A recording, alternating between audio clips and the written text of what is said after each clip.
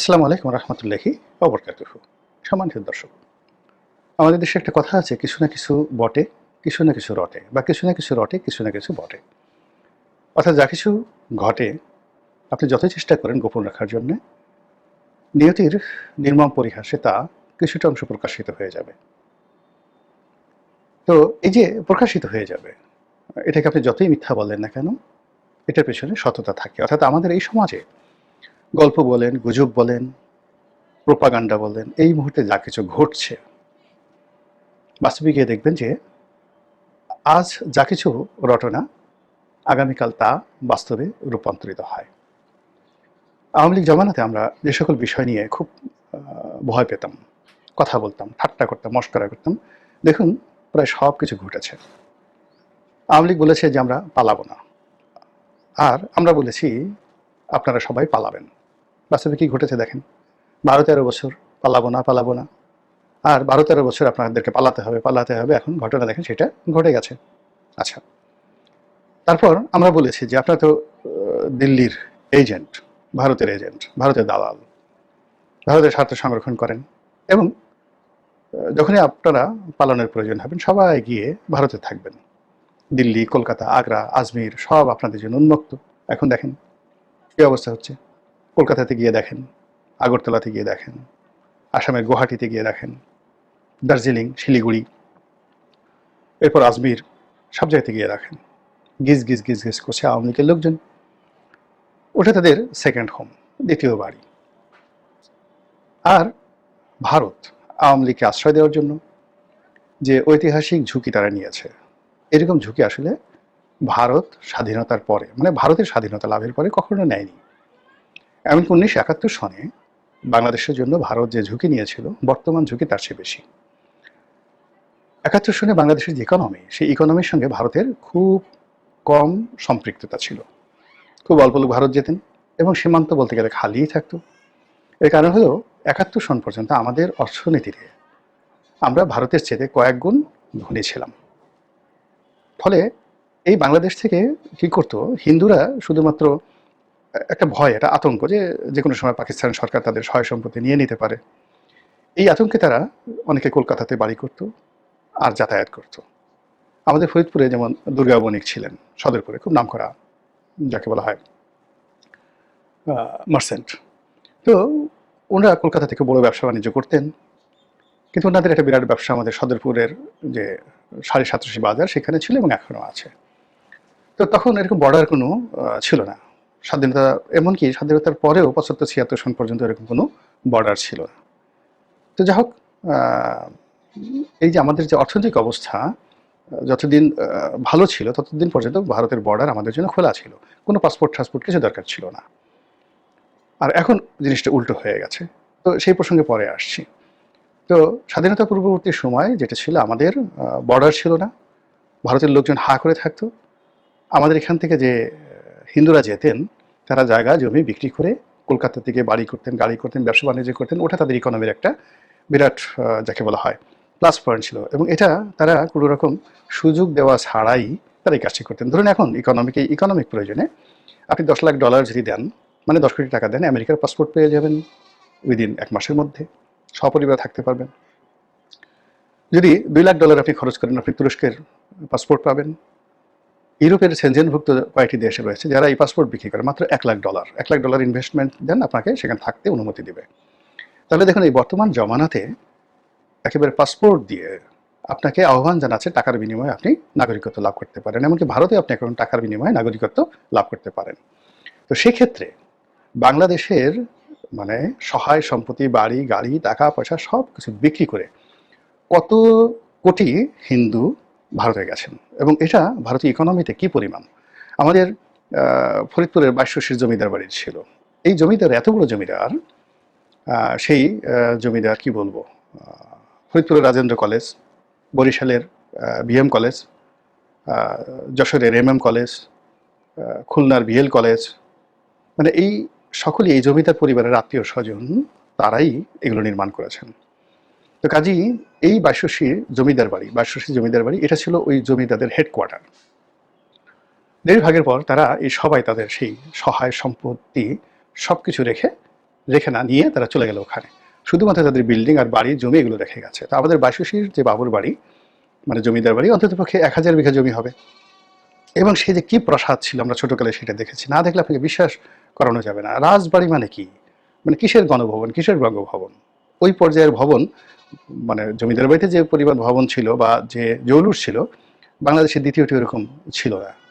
এতগুলো 20-30টি সে প্রাসাদের মতো প্রাসাদ ছিল সেখানে, সেই 1000 বিঘা জমির উপর। তো এই ইকোনমিটা কোথায় গেছে? ভারতে গেছে দেশ বিভাগের পর হিন্দুদের মাধ্যমে। এতে ভারতের অনেক অনেক লাভ হয়েছে, লস হয়নি। আবার এই যে এখন যে যাকে বলা হয় আওয়ামী লীগের লোকজন যে গেছে, এতে ভারতের ক্ষতি হয়নি তো, এতে তো টাকা নিয়ে গেছে। এবং ওখানে তারা কাজ না করে পায়ের উপর পা তুলে সেখানে খাচ্ছে, বাড়ি কিনেছে, ফ্ল্যাট কিনেছে, 2 খাতে টাকা খরচ করছে, পুরো ইকোনমি চাঙ্গা। ফলে কোনো একটা রাষ্ট্র এমনি এমনি হয় না। এনিওয়ে, এত কিছুর পরেও যেটা হলো ঝুঁকির কথা যেটা বলছিলাম, যে 1971 সনে ভারতের ঝুঁকি ছিল কেবলমাত্র তারা সৈন্য পাঠিয়েছে, এই ঝুঁকি। আর আমাদের দেশ থেকে যে উদ্বাস্তুরা গিয়েছে এই রোহিঙ্গাদের মতো, তখন তাদেরকে খাওয়ানোর ঝুঁকি। কিন্তু এখন যুদ্ধ, সৈন্য হারানো থেকেও সবচেয়ে বড় ব্যাপার হলো অর্থনৈতিক যুদ্ধ। আমরা এই মুহূর্তে আমাদের যে বাইং ক্যাপাসিটি, আমাদের সেই 80-র দশকে 90-র দশকে খারাপ হলেও 2009 থেকে এটা বেড়ে বেড়ে এখন আমাদের যে অর্থনীতি এমার্জিং।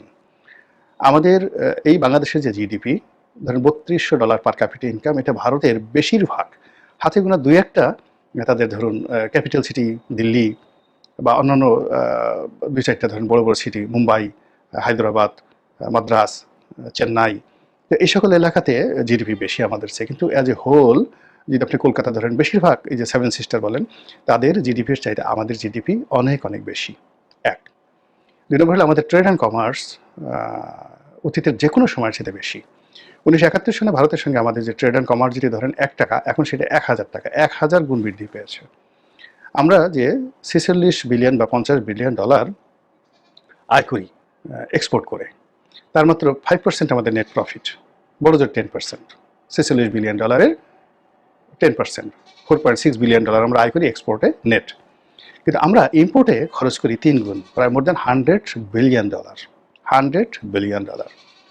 আমরা যে এই $100 বিলিয়ন ইম্পোর্ট করি, তার সবচেয়ে বড় পার্টনার হলো ভারত। অর্থাৎ আমরা চীনে সম্ভবত 35%, আর ভারতে আমরা এখনও অফিসিয়ালি 46% আমরা আমদানি করি ভারত থেকে। আর এই 46% আমদানির সঙ্গে সঙ্গে চোরা চালানি যদি ধরেন আরও 10%, তাহলে আমাদের ইকোনমির 56% ভারতের সাথে সরাসরি হয়। আর আমাদের ট্রেড কমার্সের পাশাপাশি বছরে না হলেও 30 থেকে 50 লাখ লোক ভারতে যায় চিকিৎসা, বিনোদন, মার্কেটিং ইত্যাদির জন্য। এই ইকোনমিটা গত 14 মাস ধরে মুখ থুবড়ে আছে। এবং এই যে 56% আমাদের ইম্পোর্ট, সেই ইম্পোর্টের অর্ধেকটা এখন হচ্ছে ভারতের সঙ্গে। আর আমাদের যে যাকে বলা সীমান্ত বাণিজ্য এবং এই যে দেশের বাইরে যাওয়ার যে প্রবণতা, ভারতে যাওয়ার প্রবণতা, এটা 10%-এ নেমেছে, 90% অফ আছে। এখনও 10% যাতায়াত হয় খুব সতর্কভাবে। আর এর দ্বারা ভারতের যে 7 সিস্টারগুলো রয়েছে, এখানে বাংলাদেশ কেন্দ্রিক, বাংলাদেশ পর্যটন কেন্দ্রিক যে হোটেল ব্যবসা, মোটেল ব্যবসা, তারপরে সেখানকার যে ট্রান্সপোর্ট, সেখানকার যে আমদানি রপ্তানি যা কিছু গড়ে উঠেছিল সব কিছু মুখ থুবড়ে পড়েছে। ফলে কি হলো, ভারত এই তার স্বাধীনতার পর, ভারতের স্বাধীনতার পরে এই বাংলাদেশ দ্বারা বা প্রতিবেশী রাষ্ট্রগুলোর মধ্যে এই বাংলাদেশ দ্বারা এই মুহূর্তে তাদের যে আর্থিক ক্ষতি হচ্ছে, এটা কখনো হয় না। এবং এটা তারা এই ক্ষতিটা বহন করছে কাদের জন্য? আওয়ামী লীগের জন্য। তো আওয়ামী লীগের জন্য এই যে তারা যে স্যাক্রিফাইস করছে, আওয়ামী লীগের জন্য তারা যে ঝুঁকি নিয়েছে, এটা 1971 সনেও এই ঝুঁকিটা নেওয়া হয়নি। ফলে আমরা ওই যে আওয়ামী লীগ এবং ভারতকে নিয়ে যে কথাগুলো বলেছিলাম, সেই কথাগুলো এখন দেখুন কতটা বাস্তব হয়েছে। সর্বশেষ আমাদের আতঙ্ক ছিল ভারত এখানে তাদের আধিপত্য বিস্তার করবে, এমনকি ইনসার্জেন্সি চালাবে, আক্রমণ চালাবে, এটাকে সিকিম বানিয়ে ফেলবে, এটাকে কাশ্মীর বানিয়ে ফেলবে। এটা যে ভবিষ্যতে হবে না, বিশ্বাস করেন, এটা বুকে হাত দিয়ে আমরা কেউ বলতে পারবো না। গেল আওয়ামী লীগের এই প্রসঙ্গে বলতে গেলাম এত কথা কেন? কিছু না কিছু বটে, কিছু না কিছু রটে, বা কিছু না কিছু রটে, কিছু না কিছু বটে, এটার ব্যাখ্যা দেওয়ার জন্য। এখন যে প্রসঙ্গ নিয়ে আলোচনা করবো সেটা হলো বাংলাদেশের দুটো বিতর্কিত গ্রুপ, একটা হলো এস আলম গ্রুপ আর একটা হলো সামিদ গ্রুপ। এই দুটো গ্রুপ আওয়ামী লীগ জমানাতে অর্থবিত্ত, ব্যবসা বাণিজ্যের সিংহভাগ তারা সঞ্চয় করেছে। আরেকটা গ্রুপ ছিল বেক্সিমকো। কিন্তু বেক্সিমকো যে টাকা কী করেছে এটা সালমান সাহেব জানেন আর তার মানে কপাল জানেন। কিন্তু এস আলম যেটা করেছে বা সামিদ যেটা করেছে, তারা তাদের টাকার একটা বিরাট অংশ দুবাইতে, সিঙ্গাপুরে, তারপরে বিশ্বের অন্যান্য দেশে, এমনকি ভারতে তারা সেটা সরিয়ে নিয়েছে। তো তারা বেঙ্গলকে ফোকলা করে দিয়েছে। কিন্তু সেই তুলনায় বাংলাদেশে তাদের যে বিনিয়োগ এবং ইনভেস্টমেন্ট সেটা তুলনামূলকভাবে অনেক অনেক কম, এবং তারা পুরো বাংলাদেশকে জিম্মি করে ফেলেছে। বলা হয়ে থাকে যে এস আলম 2 লক্ষ কোটি টাকা বাংলাদেশ থেকে পাচার করেছে, 2 লক্ষ কোটি টাকা। আর সামিট গ্রুপ কি করেছে, তার বাস্তব প্রমাণ হলো আজিজ খান এখন সিঙ্গাপুরের সবচেয়ে ধনী ব্যক্তি। তো আমাদের যত ক্রোধ সেটা আমরা এস আলমের উপর দেখিয়েছি।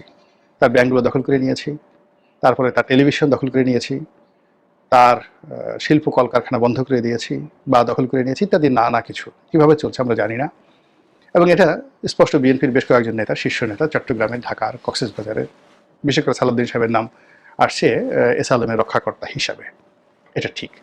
আবার সামিট গ্রুপ যেটা সুবিধা হলো, সামিট গ্রুপ তাদের পুরো ইনভেস্টমেন্টটা কিন্তু দুটো জায়গাতে, একটা হলো বিদ্যুৎ খাতে, আর একটা হলো পোর্ট খাতে, চট্টগ্রাম বন্দরের যে ড্রাই ডক ইয়ার্ডগুলো রয়েছে সেখানে। এটা এত স্পর্শকাতর যে এখানে আসলে মানে আঘাত করা মানে পুরো বাংলাদেশ শেষ হয়ে যায়, অন্ধকার, আমদানি রপ্তানি বন্ধ হয়ে যাওয়ার ফলে এস আলমের যে ক্ষয়ক্ষতি হয়েছে তার 100 ভাগের 1 ভাগ ক্ষয়ক্ষতিও কিন্তু যাকে বলা হয় সামিট গ্রুপের হয়নি, নাম্বার 1। নাম্বার 2 হলো যে বিএনপি যে সকল নেতা এস আলমের সঙ্গে সম্পৃক্ত হয়েছেন বা নসরুল হামিদ বিপুর সহায় সম্পত্তি রক্ষায় বিএনপি বা যাকে বলা হয় এই এখন উপদেষ্টা রেজওয়ানা হাসানের হাজব্যান্ড, তাদের যত দুর্নাম বদনাম হচ্ছে, ঠিক সামিট গ্রুপ তাদের টাকার পরিমাণ বেশি, ব্যবসায়িক এস্টাবলিশমেন্ট বেশি, কিন্তু তাদের রক্ষা করার জন্য যে সকল বিএনপি নেতা, জামাত নেতা বা অন্য কেউ যদি থেকে থাকেন, আমি এটা মানে সুনির্দিষ্টভাবে বললাম না, নিঃসন্দেহে তাদেরকে কেউ না কেউ রক্ষা করছেন, তারা তুলনামূলকভাবে নিরাপদে আছেন, বদনাম কম হচ্ছে, মানে যারা আশ্রয়দাতা। যেমন এস আলমকে কেন্দ্র করেই সব এক নামে সালাউদ্দিন সাহেবের নাম বলছে, কিন্তু সামিট গ্রুপকে হয়তো দেখা গেল এরকম কেউ টালাউদ্দিন আছেন বা বাহাউদ্দিন আছেন, টুনাউদ্দিন আছেন, সুজাউদ্দিন আছেন, কুনাউদ্দিন আছেন, তাদের সম্পর্কে আমরা তেমন শব্দ করতে পারছি না। এই কারণ হলো যে ওটা স্পর্শকাতর একটা ব্যবসা, রাষ্ট্রের অস্তিত্বের সাথে জড়িত। তো যেটা আমরা জানি যে যেহেতু তাদের উত্থান আওয়ামী লীগকে দিয়ে, তারা আওয়ামী লীগের পেছনে টাকা খরচ করছে এবং করবে এবং করতে বাধ্য, এবং আওয়ামী লীগের অনেক দেখা গেল ফান্ড এদের নামে আছে, এদের অনেক ফান্ড আওয়ামী লীগের নামে আছে দেশে দেশের বাইরে। তো এরকমই একটা প্রেক্ষাপটে আমরা শুনেছিলাম যে এস আলম দুবাই থেকে আলাদা চার্টার প্লেনে করে দিল্লিতে শেখ হাসিনার সাথে দেখা করেছেন এবং মোট 4,500 কোটি টাকা তিনি দেওয়ার প্রতিশ্রুতি দিয়েছেন, ক্যাশ 3,000 কোটি টাকা আর 1,500 কোটি টাকা বাকি, এরকম একটা খবর চাউর হয়েছিল। তো সেটা নিয়ে অনেকে নানা রকম মন্তব্য করেছে, আওয়ামী লীগের এত টাকা দরকার কি, সেটা কি, ইত্যাদি ইত্যাদি। আবার অনেকে বলার চেষ্টা করছে সি এটা কী ধরনের কথা, এদের আর ইমান এখানে ঠিক হবে না। তো ওই যে বললাম যে এস আলমকে নিয়ে কথা হয়েছে, কিন্তু যদি 4,000 কোটি টাকা এস আলম দিয়ে থাকে তাহলে একইভাবে এই 4,000 কোটি টাকা ভ্যাকসিনকেও দিতে পারে বা দিয়েছে। 4,000 কোটি টাকা যাকে বলে সামিট গ্রুপে দিয়েছে একে অপরের সাথে প্রতিযোগিতা করে। এমনকি ওই যে নজরুল ইসলাম মজুমদার যখন জেলে আছে, এক্সিম গ্রুপ, তারও তো বিদেশে টাকা পাঠানো হয়েছে, তারা যে টাকা দেয়নি, নট লাইক দ্যাট। সমস্যা যেটা বলতে চাচ্ছি যে এই টাকাগুলো এখন কথা বলা শুরু করেছে, দ্য মানি ইজ স্পিকিং নাও। এই যে রাস্তায় যে মিছিল দেখেন, ক্রমাগত আওয়ামী লীগ যে মিছিল বাড়ছে, আওয়ামী লীগের কয়েকজন নেতা দেখলাম যে বেশ বাংলাদেশে যারা আছে পালিয়ে আছে। তো কথা হলো কেমন আছেন, আগে বলতো না ভাই খুব খারাপ, এখন বলো আলহামদুলিল্লাহ খুব ভালো আছি। মানে আপনি বোঝার চেষ্টা হাউ ইট টক্স। দেশের বাইরে থেকে যারা কথাবার্তা বলতেন 6 মাস আগে তাদের চেহারা দেখতেন, আর এই আসসালামের এই ঘটনার পরে আপনি গত 1 সপ্তাহ থেকে দেখেন যারা কন্টেন্ট তৈরি করেন, সেই কন্টেন্ট ক্রিয়েটার যারা আছেন তারা কিভাবে কথা বলছেন। অনেক মন্ত্রী আছেন, সাবেক মন্ত্রী, যারা আগে কোটটাই পরতেন এখন কোটটাই পরে আপনাদের সামনে কথা বলতে আসেন। অনেকের চেহারা মানে রীতিমতো মলিন হয়ে গেছিল, এখন তাদের চেহারা আরও অনেক সুন্দর হয়ে গেছে। এরকম নানা রকম যে ন্যারেটিভ তৈরি হচ্ছে, এবং যেভাবে এই যে ধরুন একসাথে এতগুলো আন্তর্জাতিক গণমাধ্যমে শেখ হাসিনার সাক্ষাৎকার ছাপা হলো, এবং সেটা ছাপা হওয়ার পরে মাশরেক থেকে মাগরেব পর্যন্ত শুধুমাত্র আওয়ামী লীগ যে জিকির ফিকির তোলা হলো, তারপরে যেভাবে মানে আওয়ামী বিরোধী যারা লোকজন রয়েছে ক্রমশ তাদের মধ্যে ভয় সঞ্চারিত হচ্ছে। আওয়ামী লীগের যে সকল আমলা কামলা এখন ক্ষমতা আছেন, যারা ক্ষমতার বাইরে আছেন, যারা পালিয়ে আছেন, যারা মামলায় যে ফাঁসির আতঙ্কে যারা কাটাতেন এই মাস 3 আগে, এখন তাদের অনেকের মধ্যে একটা চিয়ারিং মোড চলে আসছে, মনে হয় যে তারা বিজয়ী হয়ে পড়েছেন বা সামথিং ইজ হ্যাপেনিং। তো এটা আমার কাছে মনে হচ্ছে, যদি এখানে অর্থযোগ থাকে, টাকা পয়সার কোনো বিষয় থাকে, তাহলে এস আলম বা সামিট গ্রুপ এই টাকাগুলো এখন কথা বলছে। আর এই কথাটা আগামী দিনে, আমি যে বললাম যে কিছু না কিছু বটে, কিছু না কিছু রটে, কিছু না কিছু রটে, কিছু না কিছু বটে, মানে ওই যে ওই সময়টাতে যে কথা শুনেছিলাম সেটা যে এখন ফুলছে তা তো আমরা দেখতে পাচ্ছি। আবার এখন যে সমস্ত ঘটনা ঘটছে, এটার রেশ আগামী 3 মাস পরে, 2 মাস পরে, জানুয়ারি মাসে, ডিসেম্বরে কি হয় একটু চোখ বুজে দেখেন, অবাক হয়ে যাবেন। আল্লাহ আমাদের সবাইকে হেদায়েত দান করুন এবং হেফাজত করুন। আসসালামু আলাইকুম ওয়া রাহমাতুল্লাহি ওয়া বারাকাতুহু।